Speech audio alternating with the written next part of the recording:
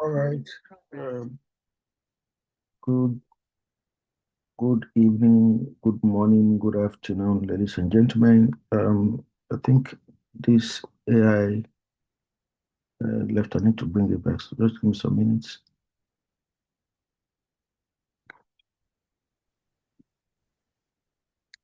I don't like to be kept waiting, so it just leaves once there's no activity.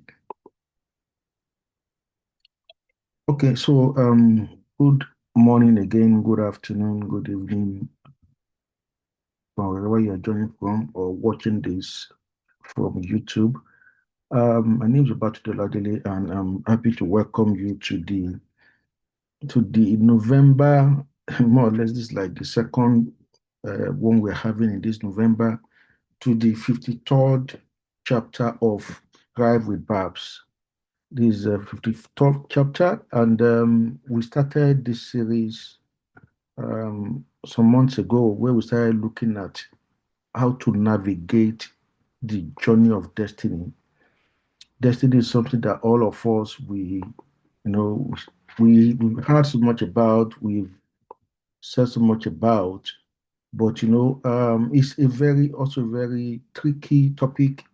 It's not always that accessible because you don't find too many maybe authorities on it around who are sharing insight with us, sharing thoughts with us on destiny beyond maybe more or less the religious circle. And even when you're talking in terms of religion, we're talking fatality, but it's beyond fatality.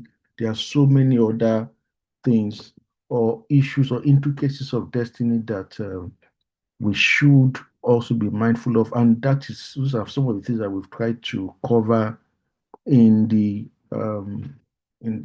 previous months when we were looking at the journey of destiny itself. How do you navigate it? How do you walk that terrain, which we've established that is quite tricky and can be quite murky because, yeah, destiny, as I said, is universal in concept, but it's not universal in meaning, it's not universal in appreciation of it, in understanding of it. And so we've tried to actually delve into some of the issues that affect destiny, that form destiny, that shape destiny, that influence destiny, so that we can all have a successful destiny. We can achieve that destiny that we all know that we all of us have, and that we are meant to actually achieve it or fulfill it. And in the course of that, we started a subtopic titled "Wilderness Experience." And for that wilderness experience, I think we started. I think that should be last month when we no it's this month, sorry, that's the last edition where we looked at the wilderness experience. All of us have also heard about that, and it's also part of destiny.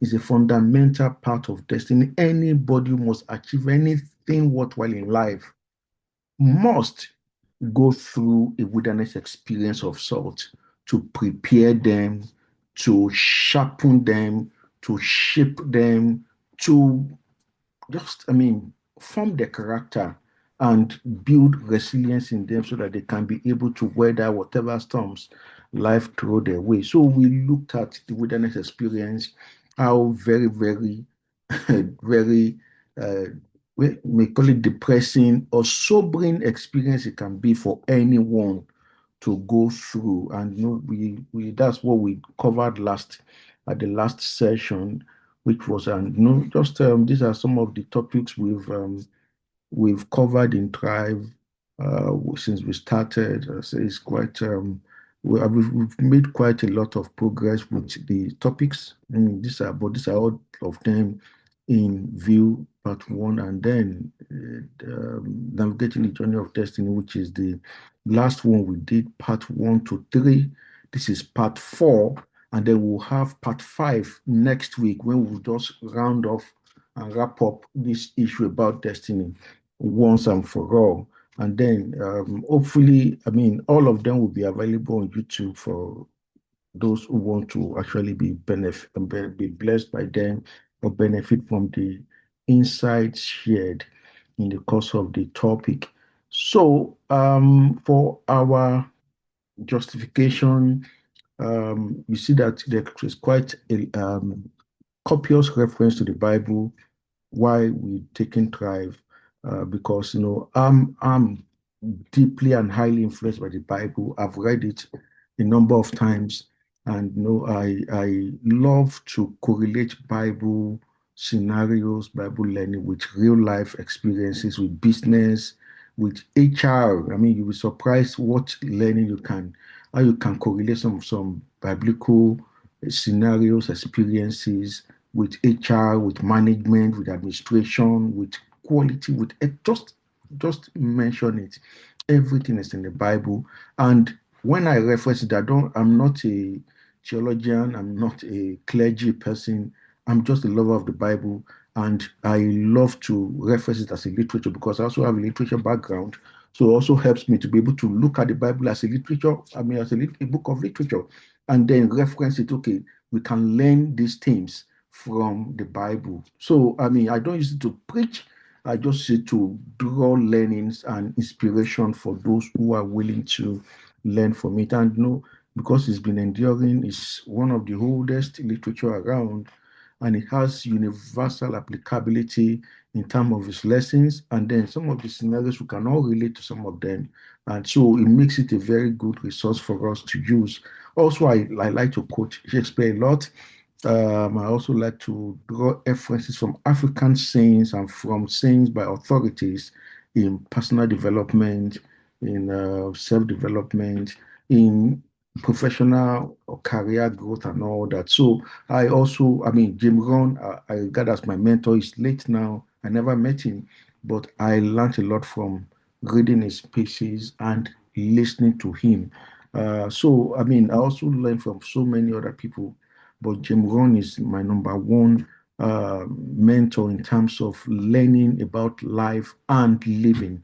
And just to go to a couple of last session, as I said, we looked at the journey of destiny, which is the bigger topic, and then the subtopic of the wilderness experience.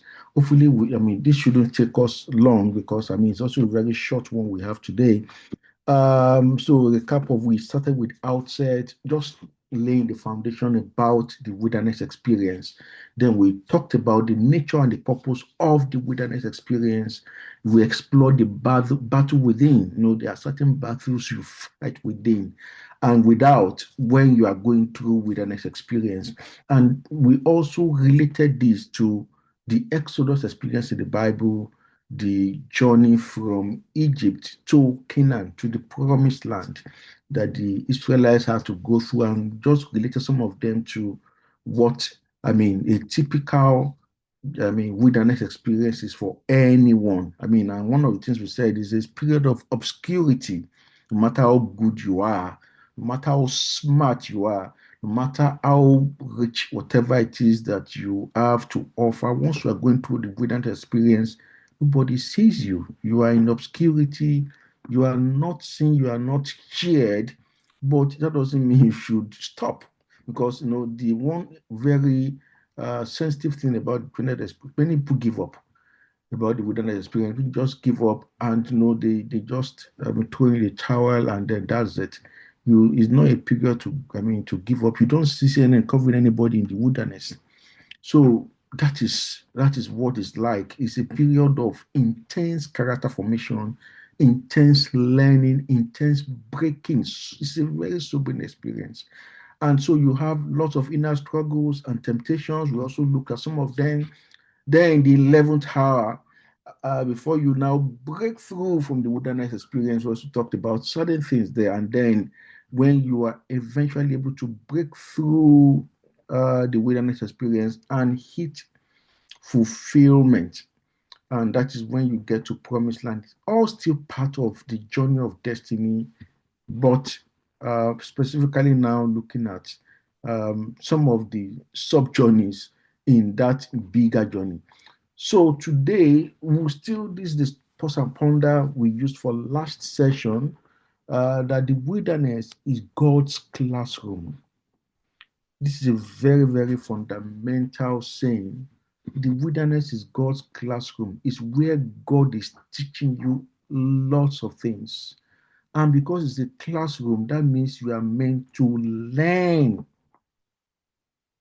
in the wilderness, during the wilderness experience. It's not a time to be morose, to be depressed.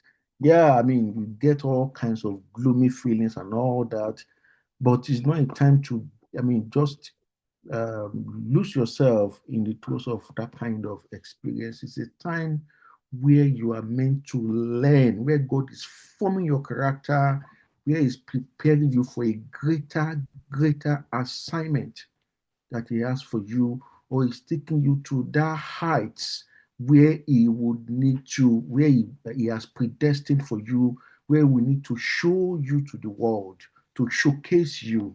So, but you can't get there without being tested, without being prepared. Because as the saying goes, they say that God will never give you what He will, I mean, what will kill you or what will break you. So He needs to first develop you, enhance you, teach you, train you, and drill you. So the wilderness is that is the place where God does all that to you. And it's not always funny. It's not always a funny experience to pass through the wilderness experience. So just let's just I mean have that in mind that it's God that is actually teaching us, training us, doing us when we find ourselves going through the wilderness experience. You can always go check the last recording on YouTube to just maybe be updated about some of the things that we said at that session. So today now, as we are going to this session proper, is how to make the most of the wilderness experience, how to make the most of the wilderness experience. This virtually all the things that I'll be taking in this, they are from an article I wrote some years ago. In fact, I'd even lost it. I had to start go make it to my system where I now found it. Okay, well, this is what I was looking for, and I know this is actually the best resource for this particular topic. So here are things you need to do. There are five of them to make the most of the wilderness experience. Like I said, every great destiny, so far that destiny is meant to be great. It's meant to do something worthwhile in life, something meaningful. It will go through a wilderness experience. It because God will never commit to an untested vessel. So it will go through a wilderness experience, and it is not always easy. Many give up, many just fizzle out, crash out, and all that. So you have to be very prepared for it that, hey, whatever I'm going through, I'm learning, I'm being trained, being developed, being stretched so that I can what? I can fulfill my destiny. So when you also find yourself there, and also another thing is that it could be mistakes that lead to the wilderness experience. Um, Israelites, if we look at there, because we usually correlate their own experience with this particular subject or this topic, they were supposed to do a shorter run from the journey to from Egypt to um, Canaan, but because they started complaining, whining, doing a manner of things, they God extended that journey. And journey that could have taken days or weeks or even months turned out to be 40 years journey. That's very pathetic. Imagine taking 40 years to get to a promised land, to get to where you're supposed to be. 40 years, 40 whole years. That's like a generation in somebody's life. So they had this experience. So when you find yourself in, it'll also be because of your doing. So it may be, so you need to analyze what could be what were the remote or immediate causes of the decline, of the struggle, of the issue of the fall that you experienced. What are the causes? What could have caused this? And then what are the distant or immediate causes of failure?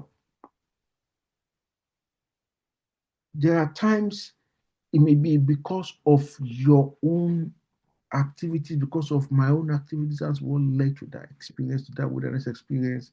It could just be okay, share preparation. There's nothing okay. There's not as if you've done anything wrong. Like if you look at the story of Job, there was no account of anything that he did wrong for him to merit the kind of experience he had. And he had a very horrible one indeed. So it could be because of what you did that led to that, or it could be because you're just meant to be prepared so that you can be better blessed, you can be better positioned, better promoted. So it depends. But in case you find yourself there, still analyze anyway. Are there things I have done that could have led to this? Are there immediate or remote causes of this fall, of this decline? Because there's this, as I say, there's no smoke without fire. Then, I mean, you also want to trace the immediate causes, the distant causes. What are then? List them out. Then analyze how all the all the factors you think might have happened, how they have impacted your present situation, your present state, how have they contributed? Do you have friends that you shouldn't have kept as friends? Are there friends you should have kept that you distance yourself from? I mean, you look at things, are there decisions you've taken before that have not too positive consequences, or moves you should have taken? Is there procrastination somewhere? So you need to know. You need to analyze what are the causes of this fall, of this struggle, and how have they impacted you? And then what you need to do differently, because knowing that this thing led to a tripping, a falling, a failure, a struggle will now help to know what can I do differently the next time if it happens again. If this person attempts to come into my life that was the cause of my downfall, that the cause of my struggle, what do I need to do? Do I need to just shut the door against the person, or say allow the person to come in? Do I need to have this person as friends because they can help me, they can hold me up when I'm falling, or do I need to still do something? So you need to know what led to this and what can I do differently to put myself in a good position. So analyze and identify the cause if there are. And you know when you are doing this because it's your life, you can't be fooling anyone. You have to be truthful with yourself. You have to be truthful with yourself. I always say that, see, you can lie to anybody, but the best thing, the worst insult you can, I mean, ascribe to yourself is to lie to yourself. I can't lie to myself about my situation. It's my life, it's my I can't lie to myself. If things maybe these are wrong, this we have to tell myself the truth. Because by telling myself lies, I'm insulting myself. Because that means I won't be able to fix whatever it is that is wrong with me. Or I won't be able to continue to do whatever it is I'm doing well that is good. Even though people may not say, oh, you're doing a great job. So you can't lie to yourself. So let's have this in mind that you need to analyze and identify the cause. And then the second is to set guardrails. Insure yourself against a recurrence, against whatever it is happening again. Prepare against it, against the mistakes if there's a mistake. So I then preempt, what if it happens again? What if it happens this way? It doesn't happen the way it happened, because it will always come one way or the other. How are you able to manage the situation better so that it doesn't trip you, doesn't make you fall, doesn't make you fail, doesn't set you back, it doesn't stagnate you. And this guardrails you need to send me be relationship. Maybe there's a relationship you shouldn't even have gone into in the first place. Maybe there's a friend you shouldn't have even kept in the first place. Maybe there's a partnership you shouldn't have entered in the first place. Maybe you have to know what are they, or is there a skill that you should have learned that you need for your life, for your career success, that you've been procrastinating and you have not learned. So what are the things? Is there a relationship you need to form or you need to terminate? Is there a skill you need to acquire? Or even enhance home to be able to handle certain tasks. Is there something that you need to do that you haven't done? You have to, I mean, it's your destiny. It's not my destiny. I have to ask myself these questions. You have to ask yourself because nobody is an authority on you on about your destiny. It's your life, it's your destiny, it's your calling, it's your ministry, it's whatever it is. It is you. It's about you. So nobody can even help you more than yourself in terms of doing the analysis and putting the right mechanisms and structures in place to make it a great destiny. Then you should structure your affairs in a way so that you are better positioned to stop a recurrence, to stop repeating the same mistake, or doing another work that will make you trip, that will make you fall, that will make you take a misstep. You need to structure your environment. I mean, maybe you need to leave where you are living now to relocate to another place. If you don't want to be close to certain people, you have to do something. You just have to put the structures in place. As I said, you know what this means to you as far as your own life and destiny are concerned. So you are the one that will fill in the details. Then number three, you've got to do spiritual fortification.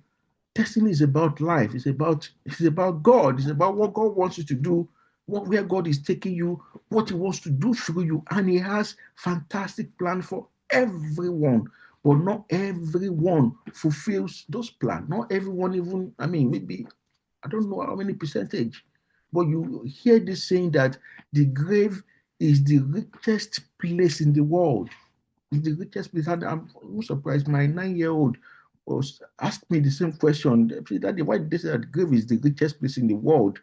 I have to now start explaining that there are many potentials in life that people did not fulfill and they die with those potentials. People had dreams, they had aspirations, they had plans, they had all manner of things. Yet they died with them because they were either procrastinating, they were afraid of failing, they were afraid of what people will say, how people will criticize them. Do it anyway. So because of this, and even some people even try, and because of the forces of darkness, they just don't want success. So as somebody is even trying to rise, you see all manners of evil people trying to just drag the person down. So you need to fortify yourself. That is why the wilderness is not a time to be brooding. I used to be rich. I used to be famous. I used to be popular. I used to have 10 cars. No, it's a time to what to prepare yourself. And no matter your faith, it's a time to what to engage in intense prayer, in intense fasting and meditation. It's a time for spiritual fortification. If you've not been attending prayer meetings, it's time for you to start attending prayer meetings. If you've not been doing night vigils, now to start doing night vigils. If you've been praying consistently, it's time to now start praying consistently. You need to fortify yourself. Anyway, during that period, the funniest thing is that's when you're even closest to God. That's when you call God the most. That's when you pray the most. That's when you fast the most. That's when you are much more are connected to heaven the most because it's a down period, it's a very low period, and when we are low, we tend to seek God, and that's what I may actually be an attention for God to get your attention, because when with success comes lots of distractions, legitimate at times, some not legitimate. But the truth is that success comes with lots of distractions.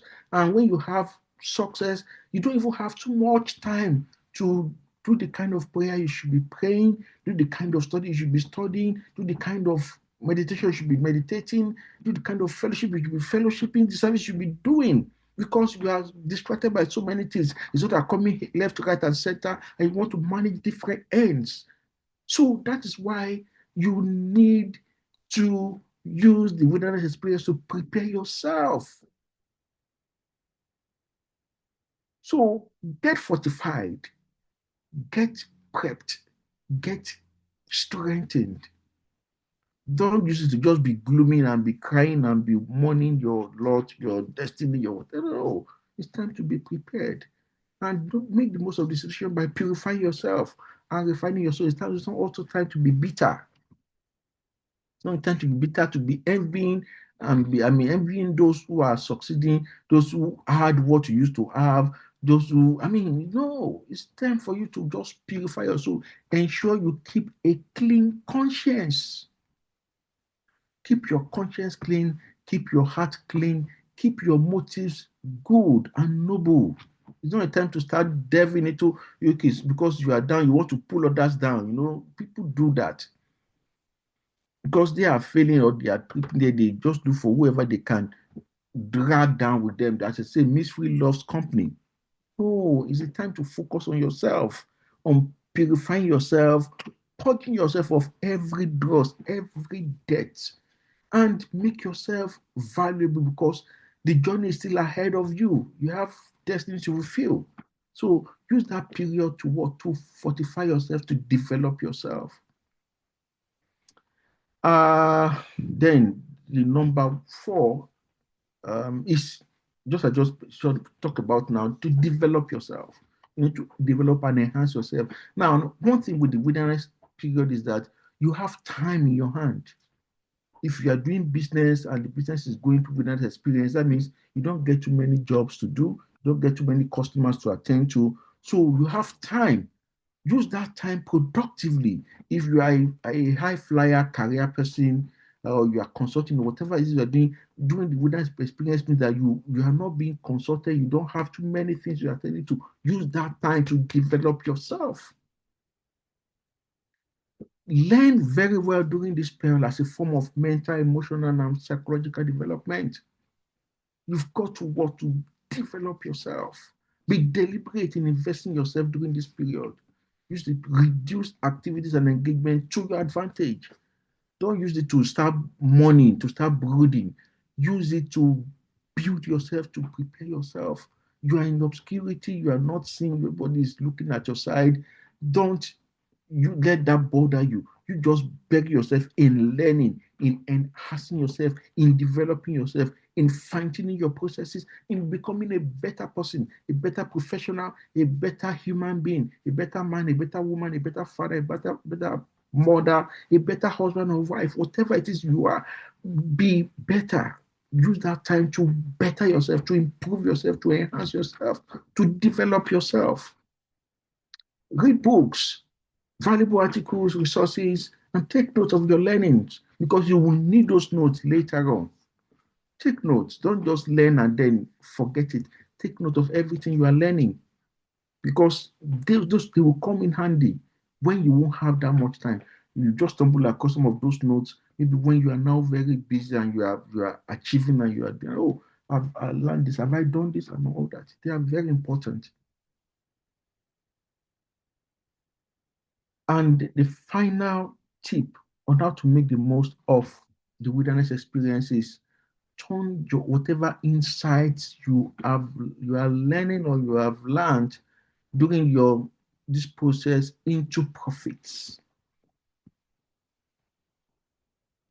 As I said, you have more time on your hand, you are less engaged.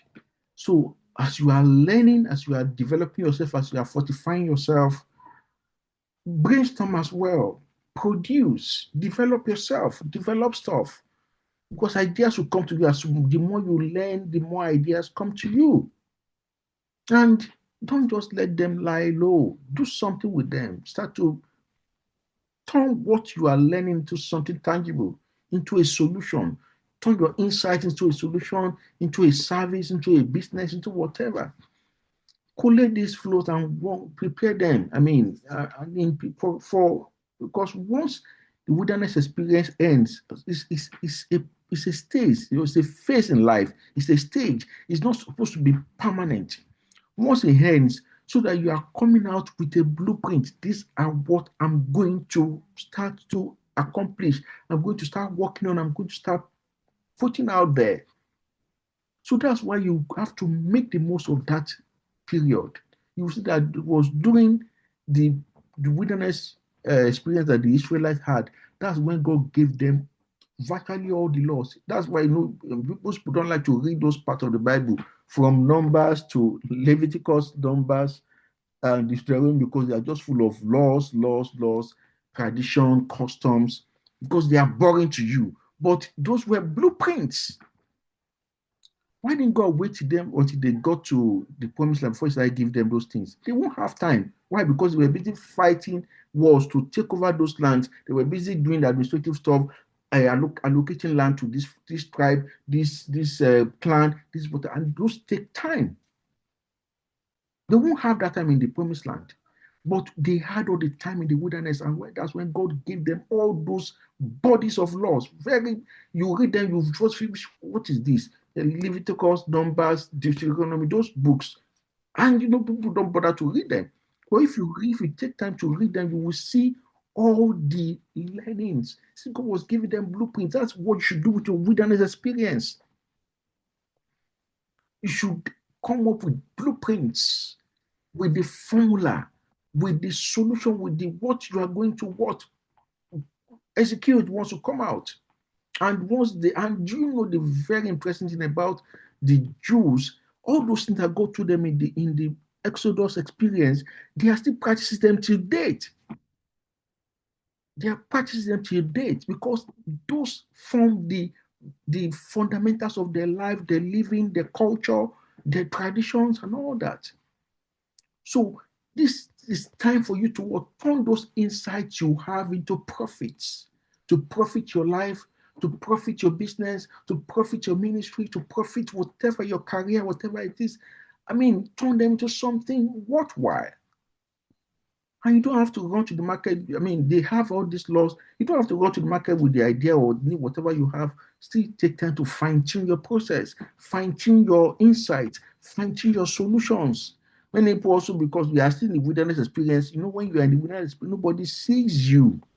Don't ever forget that nobody is looking at you. They are making too much noise so that you have this small solution. Yeah, no, take time to what? To fine tune what you have. Don't jump ahead of the time. Make the most of the obscurity of the wilderness to perfect your game by devoting good time to refining and fine-tuning your idea, your product in readiness for release at the right time when you are out of that experience. So it's very, very important that we note this. There are ways that we can make the most of our wilderness experience that will emerge from it triumphant. We emerge from it fortified, prepared, developed to take on take on the world, take on the big assignments, the big promotion, and whatever it is that life has in stock for you. And then, as a final thought, I'll just read this quickly. So the wilderness experience offers you a unique opportunity to reflect on your life, to reflect on your activities, your relationship, and other aspects of your life. It also gives you the opportunity to prepare for future prosperity by investing in yourself and creating something new. There must be something you are bringing out of your wilderness experience. Just look at the Israelites. Look at all the bodies of blueprints, treasures, things. I mean, it's in the wilderness that they built the tabernacle of meeting, that they constructed the ark of testimony, book of gold that is still around today. Imagine all the things they brought out of the wilderness. By the time they are coming out after 40 years, there must be something you are bringing out of your wilderness experience. So it's not the time to be mourning and be crying and be mourning your loss, your passport. No, you've got to be diligent, be dutiful, be productive, be fruitful with the time, and bring something tangible out of it. It would be wrong for you to waste time without developing or producing something. So make the most of it. This article as I said, these are all from an article I wrote at 2022 or so. I have not even published it because I had to start looking for it. Where did I have it on my system before I could now get it? Hopefully, I'll publish in one of these, maybe in one of my books and all that. But these are the thoughts I have for us for this session of the navigating the journey of destiny and the wilderness experience. So you can always, if you are not able to, you didn't join on time or network wasn't so favorable where you are, you can always watch the edition again and the other ones. It will be on YouTube, maybe some hours or after this session or maybe tomorrow. And you can also join the WhatsApp group where I mean, some of my thoughts, some of my quotes are shared there on a daily basis or even on the Facebook page. And then also on the website, if you want the quotes directly sent to your email, you can just go to the website and subscribe, and you get them in your mail every day as they are posted. So I want to say thanks for joining again today. Thanks for listening. Do we have questions? The next topic, because of the fact that okay, we need to round off this series this year. I don't want to move it to next year. We'll be having another one. We'll be having the final part of the journey of destiny next week, Sunday, same time, I believe, same time, next week, Sunday. And I look forward to seeing us there. So I don't know, do we have any questions that we want to ask now? Any question, any comment, any addition? Please let me see your hand. Yeah, please, Hello, sir. please. Yes, go ahead. Uh, sorry, your network is not, I can't even hear what you're saying. Yes, sir. Ouch. Can you type it? Uh, It's not showing time. It's 6 oh, it's p.m. 6. Okay, for sorry. next week, Okay, Saturday. okay, 6 p.m. Nigerian time. 6 p.m. Nigerian time. It's funny, really. I'm in UK now. That would be 5 p.m. UK time. But I'm going to be in Kentucky, US, United States next week.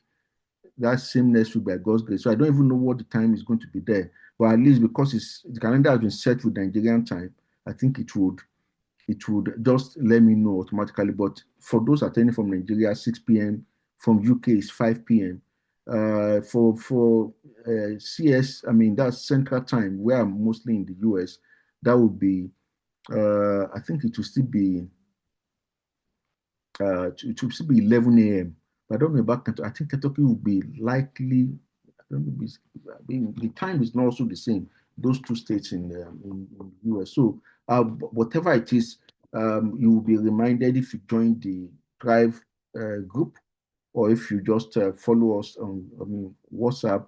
And I also will share it on my status maybe a day before so that we can just be reminded about it.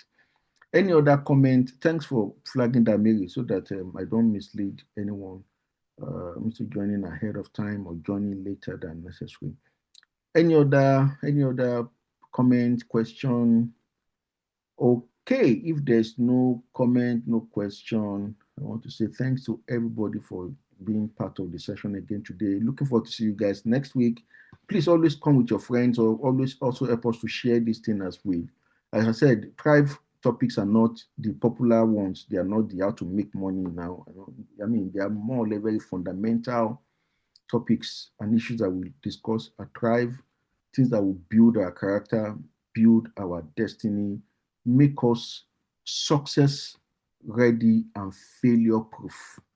Because I mean, any fool can make money, but not any fool can manage money. So we look at how to I mean, what are the fundamentals, so that the principles that will make your success is sustainable, not just hit it and then fizzle out. And there are so many people that just hit it and they fizzle out. We look at the very core of life, the core of living, the core of success.